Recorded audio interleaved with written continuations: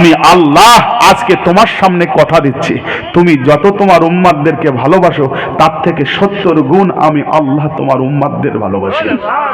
প্রাণ প্রিয় মুমিন মুসলমানগণেরা, ও যুবকেরা, মুরব্বী বাজানেরা, মায়েরা, বোনেরা, মহিলারা, আল্লাহ বাগের নবী রফরাবে আরোহণ করে সিদরাতুল মুনতাহা এলেন। সিদরাতুল মুনতাহা থেকে বোরাকে আরোহণ করে মক্কা শরীফে ফিরে এলেন। সকাল হয়ে যায়, সকাল হয়ে যায়। আমার আপনার রাসূল নিত্য দিনে এভরিডে অন্য অন্য দিনের মতো আমার আপনার রাসূল মক্কা শরীফে বর্তমান যেটা হাতিমে কাবা, বর্তমান যেটা হাতিমে কাবা, কাবা শরীফের উত্তর দিকে যে রাউন্ডটা আছে ওই হাতিমে কাবায় বসে বসে আমার আপনার রাসূল সাল্লাল্লাহু আলাইহি ওয়াসাল্লাম সাহাবীদেরকে নিত্য নতুন কথা বলতেন। ঠিক তেমনি অন্য অন্য দিনের মতো আমার আপনার রাসূল পাক ওই জায়গাতে হাজির। আবু জেহেল এলো, আবু জেহেল। আল্লাহ রাসূল সাল্লাল্লাহু আলাইহি ওয়াসাল্লাম, ও আমার সাহাবীরা, আজকে রাতের বেলা আমার আসরা হয়েছে, মেরাজও হয়েছে। যেটা বলা গেল না, আজকে দুটো জিনিস হয়েছে, আসরা এবং মেরাজ। আসরা মানে মক্কা শরীফ থেকে বাইতুল্লাহ, আর বাইতুল্লাহ থেকে আরশে মহল্লা। বাইতুল্লাহ, বাইতুল মুকাদ্দাস থেকে আরশে মহল্লাটা মেরাজ। আমার আসরা হয়েছে, মেরাজ হয়েছে। এখন এই কথা আলোচনা হচ্ছে, আর ওই রাস্তা দিয়ে আবু জেহেল যাচ্ছে। হাজী সাহেবদের কাছে শুনে দেখবেন, আল্লাহ রসুলের সাল্লামের ঘর থেকে মক্কা শরীফে বাইতুল্লাহ আসতে গেলে আবু জেহেলের বাড়ির সামনে আসতে হয়। এখন যখন এই কথা বলেছে, আবু জেহেল এসে বলছে, ও মোহাম্মদ, ও তো রসুল বলে মানে না সাল্লাল্লাহু আলাইহি ওয়াসাল্লাম। কি গো, কি বলো? বলছে আজকে রাতে আমার আসরা হয়েছে, মেরাজও হয়েছে। আবু জেহেল বলছে, এতদিন তোমাকে পাগল বলতাম, মিথ্যুক বলতাম, কোনো সাবেত ছিল না, মানে দলিল ছিল না। আজকে দলিল পেয়ে গেছি, সাবেত পেয়ে গেছি। সম্ভব? কোথায় মক্কার, কোথায় বাইতুল্লাহ, বাইতুল মুকাদ্দাস? সম্ভব ভাই। আহলে সুন্নাত ওয়াল জামাতের আকীদা ওরা মেনে নিয়েছে, সশরীরে হয়েছে।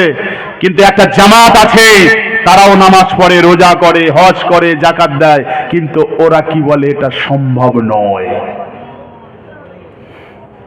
ওরা মানে না, বলে তো স্বপ্ন। কি বলে? স্বপ্ন। আবু জেহেল কি বলছে? সম্ভব।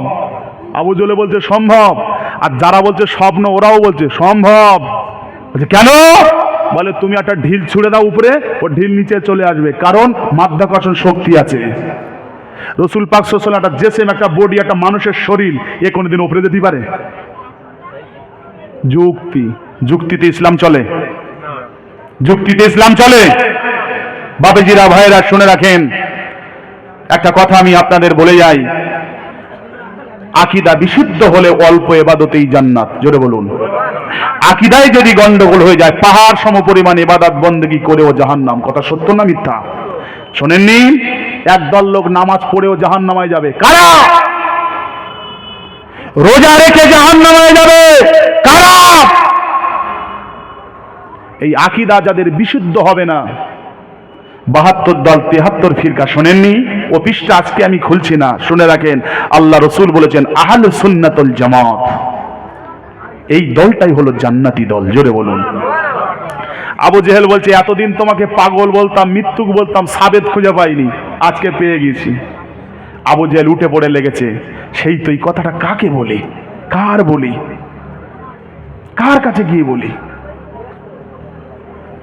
উনি ভাবলেন এই কথাটা যদি সর্বপ্রথম আবু বক্কারকে বলি রাদিয়াল্লাহু তাআলা, আর ও যদি মেলে হ্যাঁ না সম্ভব নয়, তাহলে তো সব আমার হাতের মুঠোয়। দেখেন আল্লাহ রসুলের খলিফা কজন? আবু বকর সিদ্দিক রাদিয়াল্লাহু তাআলা আনহু, হ্যাঁ কি না? আচ্ছা, কোনোদিন শুনেছেন হযরত ওমর ফারুক সিদ্দিক? শুনেছেন? কোনোদিন কোন কিতাব, মুসান্নিফ, মুহাদ্দিসিন, মুফাসসিরিন, ওয়াইজিন কেউ কোনোদিন বলেছে হযরত উসমান গনি সিদ্দিক? বলেছে? কোনোদিন শুনেছেন শেরে খোদা হযরত আলী সিদ্দিক? তাহলে আবু বকরকে সিদ্দিক বললো, এদের বললো না, আল্লাহ রসুল তাহলে অবিচার করলো না? সিদ্দিক মানে সত্যবাদী, সিদ্দিক মানে কি? তাহলে খলিফা যদি 4 জন হয় আর আবু বকর যদি সত্যবাদী হয়, ওরা 3 জন কি মিথ্যাবাদী? আস্তাগফিরুল্লাহ, লা হাওলা ওয়ালা কুওয়াতা ইল্লা বিল্লাহ।